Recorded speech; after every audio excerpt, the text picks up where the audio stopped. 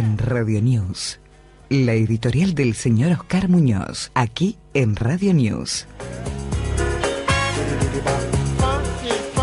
Algunos comentarios que nos han llegado acerca de algunas opiniones que estamos dando sobre algún sector político dicen que no deberíamos ser intolerantes con esa raza etaria, esa franja etaria de los políticos, pero tomado en consideración que el defecto lo quieren transformar en virtud los políticos en Santa Cruz, y no es así.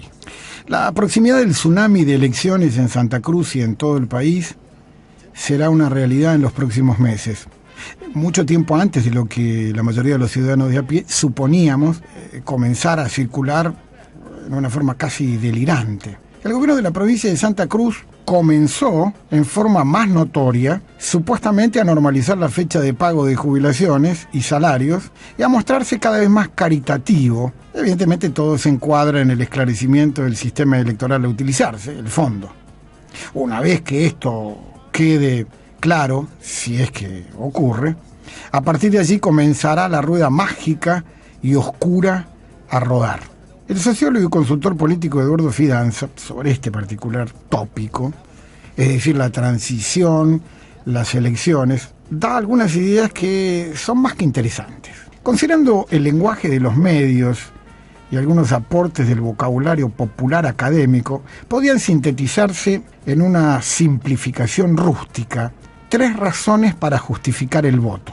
El bolsillo, que termina el llamado voto económico; la confianza, que suscita el voto denominado político; o la desilusión, que motoriza el célebre voto bronca. A ver, los votos económicos y políticos son objeto de estudio erudito y han promovido libros, artículos, reportajes radiales y televisivos. El voto bronca, en cambio, forma parte de la leyenda mediática, que también ha extendido, entre otros, el voto cuota, argumento utilizado para explicar los éxitos electorales por caso de Carlos Menem y la tristemente famosa década de los 90, que tuvo su correlato aquí en Santa Cruz con el embrionario inicio de la corriente K. No recordemos que para en aquel momento el gobernador Néstor Kirchner, Carlos Menem había sido el mejor presidente de todos los tiempos. En línea de mejor argumentar estos votos, podría inferirse que de estos tres motivos, 2 resultan más fáciles de entender para el sentido común.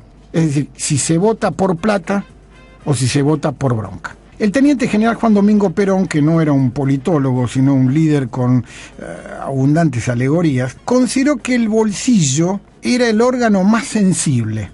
Directo ejemplo. Cuando en sus 20 verdades Perón escribió lo siguiente, daba cuenta de ello: no existe para el peronismo más que una sola clase de hombres, los que trabajan.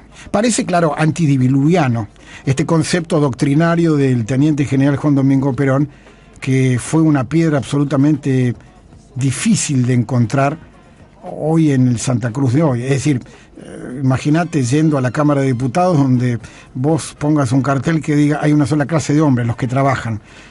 Nos encontraríamos frente a un panorama desértico, porque hay 24 diputados, se emplean más de 800 personas, o para armar un cabaret deliberativo en Río Gallegos, que pasan los fines de semana descansando en la República Independiente del Calafate, y la planta funcional supera los 400 empleados, para hacer la nada misma, el viejo apotegma de Perón resultaría absolutamente inútil. El tema de los votos desperdiciados o mal empleados generan sin duda disconformidad, desilusión, pena, desengaño, y son el producto del resentimiento por haber sido traicionado por los políticos, que solo se autopreservan, en campaña prometen y en funciones olvidan y desprecian al ciudadano.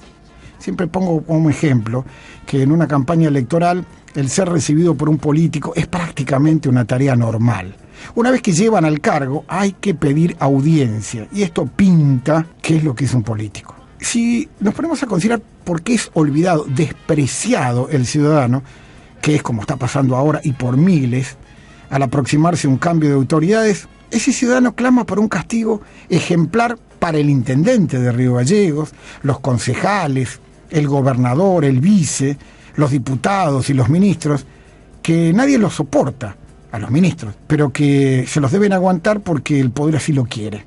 Esa masa de no hay que encauzarla. Es conveniente y podría decirse que las razones políticas del voto, en su más esencia pura, en cambio, son más sofisticadas y menos frecuentes, pero sí ocurren y pueden otorgar triunfos resonantes o inesperados, absolutamente inesperados. Es decir, darle la legitimidad, la fuerza social, el acompañamiento que por caso ninguno tiene en Río Gallegos y en el resto de Santa Cruz, donde llegan sumando perdedores y finalmente nadie los respalda. Por tanto, su legitimidad es solo un formulismo, pero carente de sentido democrático. Es solo protocolo. Aunque no creo que pueda ser tenido como ejemplo para nada, más siendo alguien que no tiene dignidad ni conducta social, aunque sea lo voy a utilizar para mostrar cómo funciona la siniestra participación de un político oscuro, misérrimo, que ocupa un cargo de ministro provincial. No obstante, y obligadamente aplica, porque resulta ser este funesto, sombrío y aplicador principal del nepotismo en Santa Cruz. Hablo nada más y nada menos que el ministro fantasma de gobierno del gabinete de lujo de Alicia Kirchner, que volvió a reaparecer nuevamente con su única cara visible, el cinismo político en público. No creo que haya alguna causa razonable, tal vez es obligado, o su triste personalidad lo hace extrañar la posición pública. En síntesis, no se sabe por qué cada tanto este ministro de gobierno fantasma produce un vergonzoso acto público. Hace unos días, totalmente descolgado y en un discurso desopilante, por lo contradictorio y sin sentido ni temporal ni de argumento, disparó sin inmutarse frases tales como esta que te voy a leer textualmente: en la República Independiente del Calafate. Dijo textualmente: el primer año de gobierno, so pretexto del espacio político al que pertenecemos y del apellido de nuestro gobernador Alicia Kirchner, nos atacaron de manera planificada, atentando contra todos los santacruceños.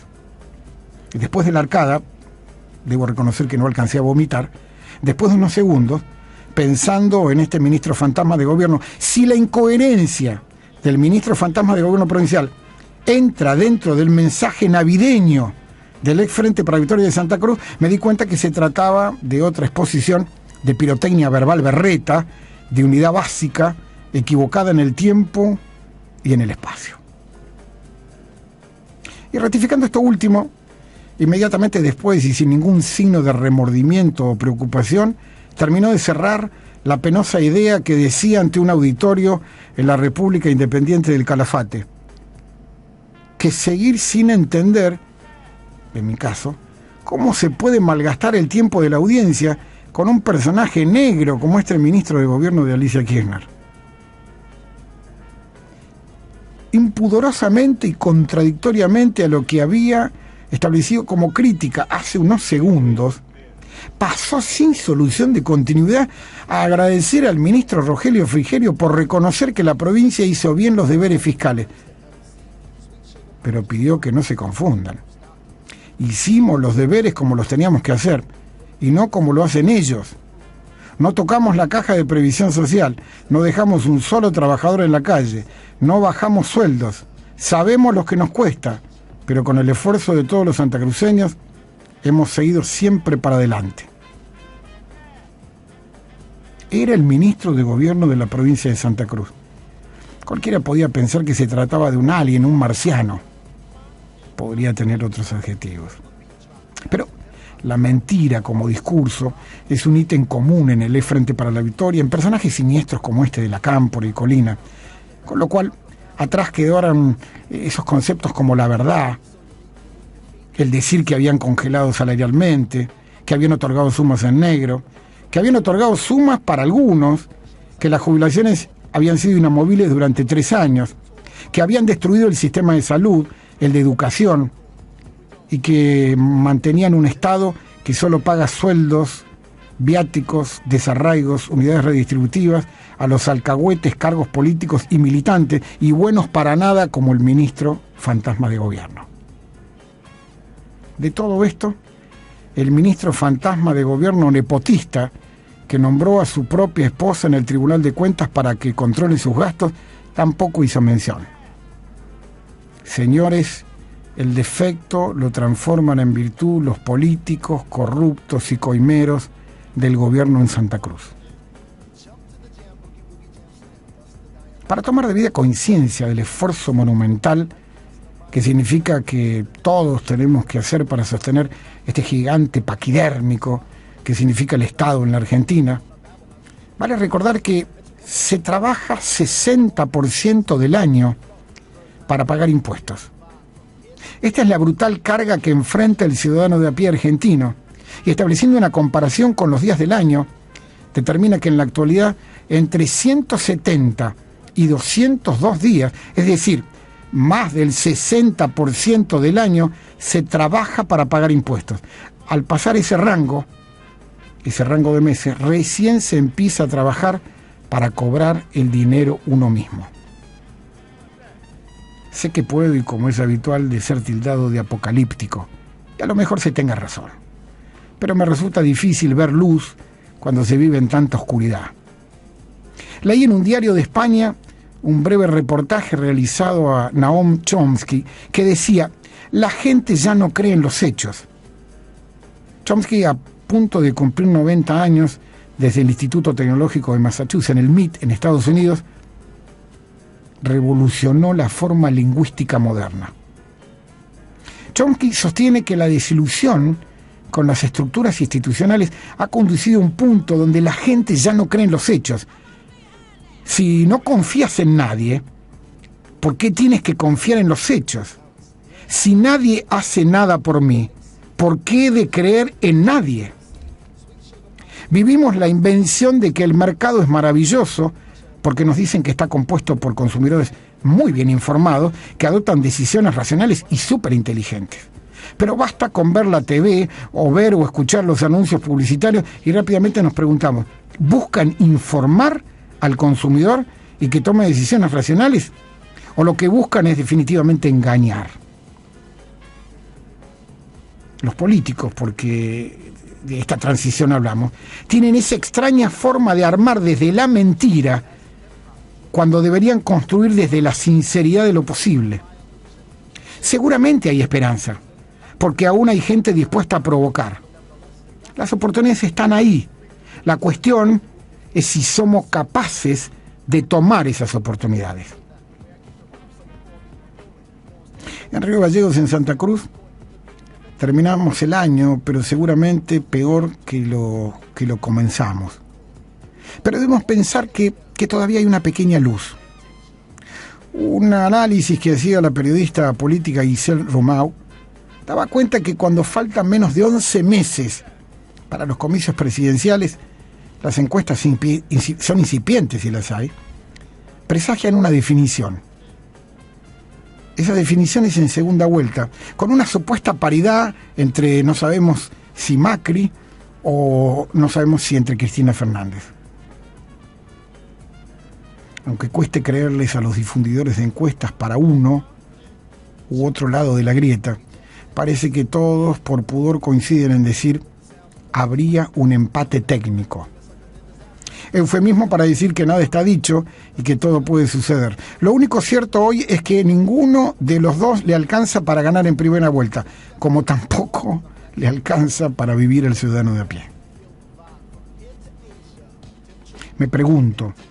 Te pregunto, ¿vale la pena hablar de todo lo que nos pasa a diario en Río Gallegos, en Santa Cruz, donde a 10 días del mes de diciembre todavía no cobró el sueldo el sector que es la única llave